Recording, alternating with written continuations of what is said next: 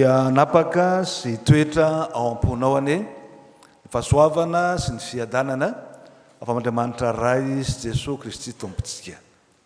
Amen.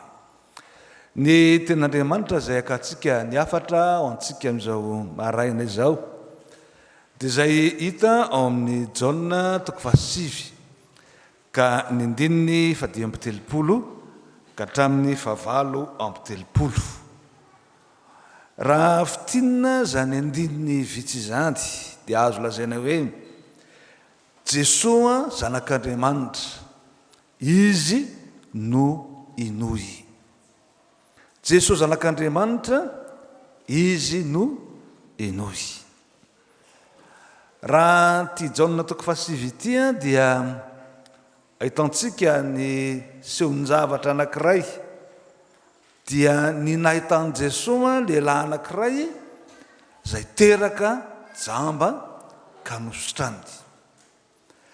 Ary eto amin'ity andininy 10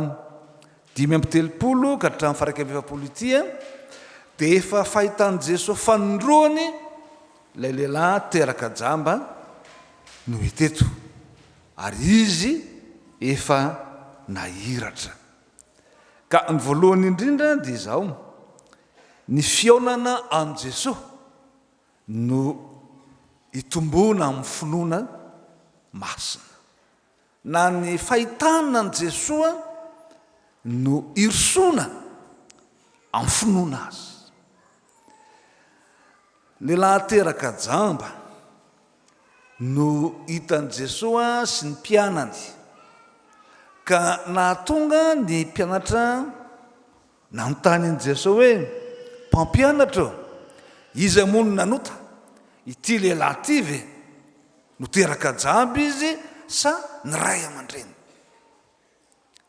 Valitenin'i Jesosy dia nazava, tsy io lehilahy io izay teraka jamba no nanota, na ny ray aman-dreniny no nanota, fa ny anehoana ny asan'Andriamanitra eo aminy. Dia nandrora tamin'ny tany izy, dia nanao feta ka nahosotra tamin'ny mason'ilay lehilahy, dia nirahany nakany amin'ny fahariha antsoina hoe Siloamo, raha adika moa dia hoe fanirahana.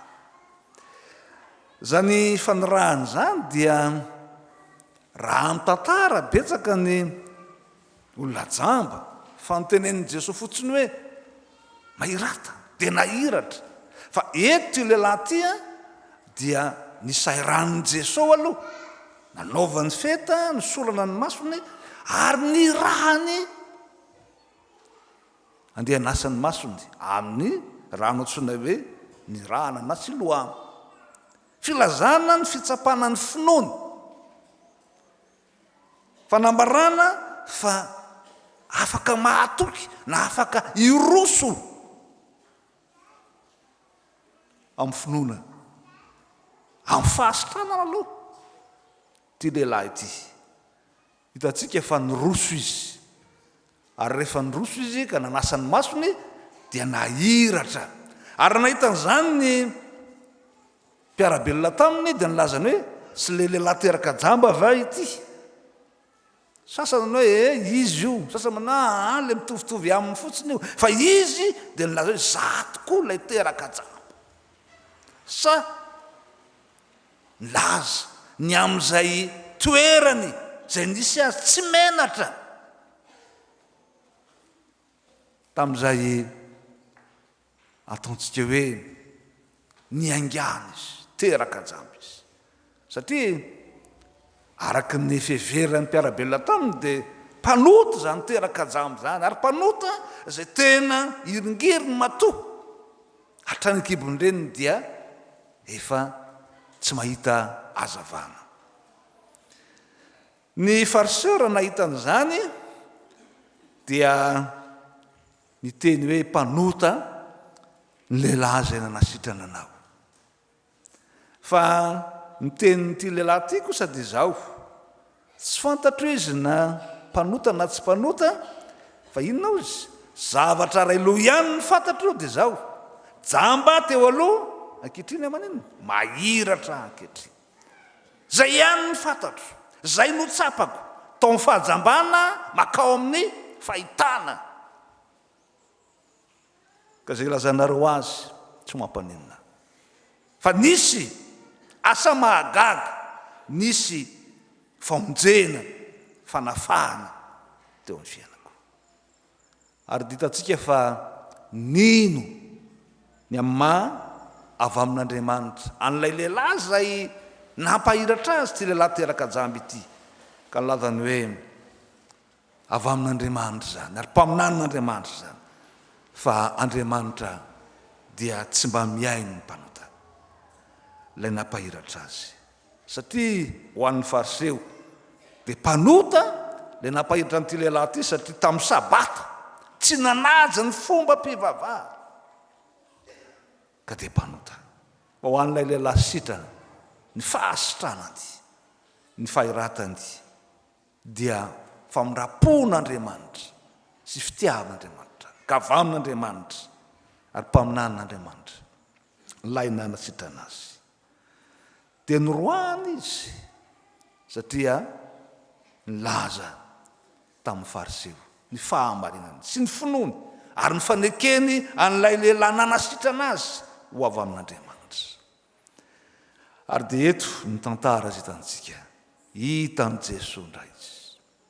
Tsarovy ry havana fa raha mamaky ireny andininy voalohany amin'ity toko fahasivy ity isika dia voalaza tsara fa Jesosy nahita sy ny mpianany, Jesosy sy ny mpianany nahita, Jesosy nahita ny lehilahy ary dia niotrika nanao feta tamin'ny rora nanasitrana azy. Filazana zany fa Jesosy dia mahita, Jesosy dia mandinika, Jesosy dia mahafantatra, Jesosy dia mahalala tsara ny amin'ny olona tsiraray avy, tsy mba handalovany Jesosy fotsiny ny olona fa hitany. Ary eto tena veriny indray zany fa rehefa reny Jesosy fa noroany izy dia nahita azy ndray Jesosy. Ary dia eo ny vaky teny rehantsika fanontaniany Jesosy dia hoe mino zanak'Andriamanitra va ianao tamin'ny lehilahy? Dia ho raha lehilahy, iza moa izy tompoko, ino koa azy? Dia ho Jesosy, efa nahita azy ianao, zany hoe ianao efa hitany ary ankehitriny koa ianao mahita azy, ary zay miresaka aminao no izy. Dia izy hoe mino aho tompoko, mino aho tompoko. Raha ny lazana fa ny fiaonana, ny fahitana an Jesosy no itombona na irosoana ho amin'ny finoana azy. Ny finoana masina moa dia ny fanekenan Jesosy ho Mesia na lay zanak'Andriamanitra mpamonjy zao tontolo zao. Ry havana malalina, inona ary no asika raisina ho antsika ankehitriny amin'izany tenin'Andriamanitra zany? Voalohany indrindra dia isika zay efa mino dia tokony hatsapa oviana marina isika no niona tamin'i Jesosy. Oviana marina isika no nahita an Jesosy ka mahatsapa fiovana zay namonjen'Andriamanitra. Ho an'ity lehilahy teraka jamby ity dia mariany tsara, tsy mampaninina azy ilazanareo an'io lehilahy nanasitrana io fa ray loha ihany ny fantatro, jamba aho mahiratra amiketra. Mila mahatsiaro ary mahafantatritsika oviana marina isika no tonga olom-baovao, satria raha misy olona niaona tamin'i Kristy na nray an'i Kristy, mino an'i Kristy, dia hoy ny apôstôly Paoly hoe tonga inona izy? Olom-baovao izy. Efa lasa n'inona ny zavatra taloha fa tonga vaovao izy. Lasa ny fahajambana tonga amin'ny fahitana. Mila mahatsapa sy mila voamarika eo amin'ny fiainantsika izany, satria zany fitiaraham-baovao zany araka nambara tamin'ny Jesosy tamin'ny Nikodemosy hoe raha tsy ateraka indray ny olona dia tsy mahazo mandova ny fiainana mandrakizay.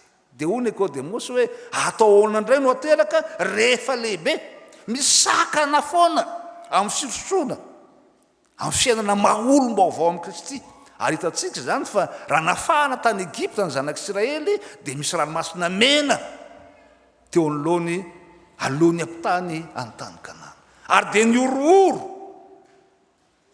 ary te hiverina ny Egipta indray ny zanak'Israely ka nanome tsiny amin'ny Jesosy hoe fa ngaha moa dia tsy nisy fasana tany Egipta no entinao zahay aninona fata zany hoe raha efa nafahana aza mbola manina ny tongolony Egipta. Misy sakana foana ny firosoana ny fitombona ao anatin' zany atao hoe finoana masina fanekenan'i Jesosy tompo sy mpamonjy zany. Fa ny tenin'ny Jehovah tamin'i Mosesy lazao amin'ny zanak'Israely hoe mba handroso izy, lazao amin'ny mba handroso izy. Ary hitantsika fa na tamin'ny fiainan'ny fimonoana voalohany azy dia nambara tamin'ny Joda fa misy ny olona ratsy fanahy zay mahatonga ny olona zay manara-dia an'i Kristy ho tafotoana satria miteraka fisarahana zany. Misy atrandy ny saka ny rosoana sy tombona amin'ny fiainana mahaolom-baovao fa mila fanapahan-kevitra marina sy matotra izany. Mino ary havana fa tsika rehetra ao dia tsy mba isan'ilay lazain'ny bokin'ny Apokalypsy hoe sady tsy mafana moa izy maninona sady tsy mangatsika, zany hoe matimaty. Mino hafa le zanaka ny tena mangotraka zany ka tsy matahotra ny mangorovitsika na Covid-19. Ary zany fanapahan-kevitra izany tena finoana irosoana satria sakana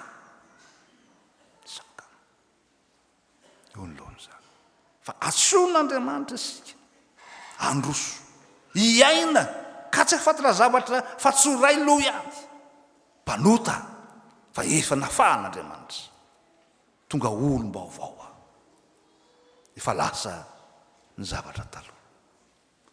Fa ny faharoa izay hitantsika dia zao ny firosoana amin'ny finoana masina eto dia misy fomba zay ahitana azy. Tsy tenenina fotsiny hoe aza olom-baovao satria nahazo akanjo vaovao satria moa amin'ny andro krismasy no atsiarovana nahaterahan'i Kristy dia olom-baovao ny olona ny tafo vaovao rehetra avokoa ka zay tsy mahazo akanjo vaovao no ohatrany hoe dia mbola manao zavatra tota. Fa misy pirofo tena tsapana fa tena olom-baovao nyroso tamin'ny finoana marina ianao. Zay hitan'ity sy asehon'ity lehilahy ty dia zao rehefa nambaran'i Jesosy hoe efa nahita ny zanak'Andriamanitra ianao ary zay miresaka aminao noho izy avy hatrany izy dia niteny hoe mino aho tompoko. Ary inona ny fihetsika nataony? Niankohaka teo anatrehany izy. Ny fiankohafana na ny miankohaka teo anatrehany ny Jesosy dia fanekena ampahabe maso ny mahatompo azy. Fa izay tamin'ny fotoan'andro izay nisehony tantara raha tena amintsika dia tokana ihany no iankofana raha teo amin'ny Jesosy dia Jehovah ihany. Ary raha teo amin'ny Romanina dia ny amperora ihany ny tompo. Ary tsetsetsera ny lako hoe tsika réformé dia tsy mba miantso mitondra fivavahana hoe monseigneur raha ihany ny monseigneur atsika ny tompontsika dia Jesosy Kristy izy ihany no iankofantsika ary izy ihany no Andriamanitra amintsika ka milaza fa mpanompo ny fiankofana ary milaza fanekena fakatoavana. Ary eto efa dingana lathalavitra satria raha izy vao nisorana fotaka ny masony ka nirahana tsy mandeha ho azy ange hoe izy monina nosotra fotaka ny masoko a dia andeha irana dia andeha tokoa anasa zavatra tsotro zany fa mila fanontaniana zany ary nitrango zany teo amin'ny fiainan'ny namana raha boky namana zay mpanjaka dia nolazana hoe makanesany amin'ny mpaminany Israely fa any no afaka nadio anao ary efa tonga tany izy dia lazana hoe mandany ianao mandro amin'io renirano io tezitry namana zavy mpanjaka neveriko mba hanao zavatra ngeza be amiko mpaminany Israely asiana mandro fotsiny a fangatsy isy rano hafa any amin'ny fireneko no eo ano andro tsy nety nandeha izy nefa fahasitranana ny tadiava raha tsy ny mpanompo ny teny hoe tompoko na zavatra ngeza be aza neny nangatahany io mpanompon'Andriamanitra io taminao dia ho nataonao zany ko zay andro amin'io rano io ve no angatahany aminao dia tsy ho ataonao zany raha teo sitrany ianao zay izy vao nanaky afa eto dia tonga amin'ny tsy fiverenan-dahana intsony ty lehilahy ity efa nino izy fa tonga amin'ny tena fanapahan-kevitra akato ho mpanompony Jesosy Kristy ka niankohaka fa ny faharoa anatin'izany miankohaka zany dia zao fanomeza amboninahitra sy aja ambony indrindra ary fanekeny an' Jesosy Andriamanitra ho ambony indrindra fantanina amintsika amin'izao andro ankehitriny ry havana ty zao izy no iankofako inona no iankofako satria misy fahakapana lehibe fa na Jesosy aza dia nalaina fana amin'ny iza no iankofany fa rehefa netiny fanatany anefitra 7 andro izy ka nona dia nisy fakapana nataony Satana taminy jereo ane zao tontolo zao hoe ana io raha meko akeko anatrehiko ianao dia omeko anao avokoa izao tontolo izao ny fahefana raha itsika ny mahita an'izany azoko daholo ity iakohaka sa tsy iakohaka ary zany ny fanontaniana ngeza aby iza no ikofantsika fa ny tenin' Jesosy Andriamanitra ireriany no ikofanao rehefa malala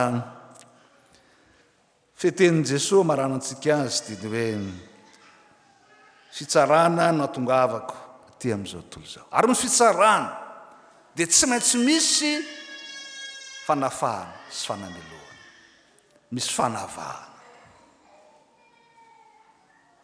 ka miankina amin'izay niankofanao ny toerana misy ianao raha miankohaka amin'ny Satana ianao satria mitsiriritra sy tia azo izao tontolo izao amin'ny fomba zay fanekena azy Satana ho tompo sy mpamonjy anao dia na dia mahiratra azy ianao dia jamba ary tsy ho afaka aminao ny elokao fa raha niankohaka tamin'izany ianao kanefa nahita fa nalan'Andriamanitra nafan'Andriamanitra ary tsarovantsika isan'andro rehefa raisana mpandefanasany tompo ianao ary Andriamanitra ray tsy to zay niantso anao tamin'ny maizina ho amin'inona fahazavany mahagaga raha tsapanao sy iainanao zany dia izy no ampitrehitra sy ampiorina ary ampaharitra anao ary zany no antso natao tamin'ny kristianina zay ny esan'ny tsotra fa ianareo kosa dia mandro soa amin'ny finoanareo masina miandry ny amin'ny fisehoanareo amin'ny voninahary Jesosy Kristy ao amin'ny fiainana mandrakizay dia avana malala okary isika mba tena ahafoy tokoa ny toerana zay tsy nahitantsika ny finoana marina ny Kristy fa ay hitoetra sy velona amin'ilay maha-olom-baovao antsika. Ary dia anana ny fanomeza ambonin'atin'Andriamanitra mandraka revitsika amin'ny fanompoana azy. Ka ialao ny sady tsy mafana ny tsy mangatsika, fa oka irehetra mandrakariva ny jiro ny finoanareo. Dia ho an'Andriamanitra irerian'ny voninahitra ho amintsika kosa ny fahafenon'ny fiainana izay tia ny velomantsika tia ny ankehitriny, rahatrizay ao amin'ny fanjakany tsy manam-pahataperana. Amen.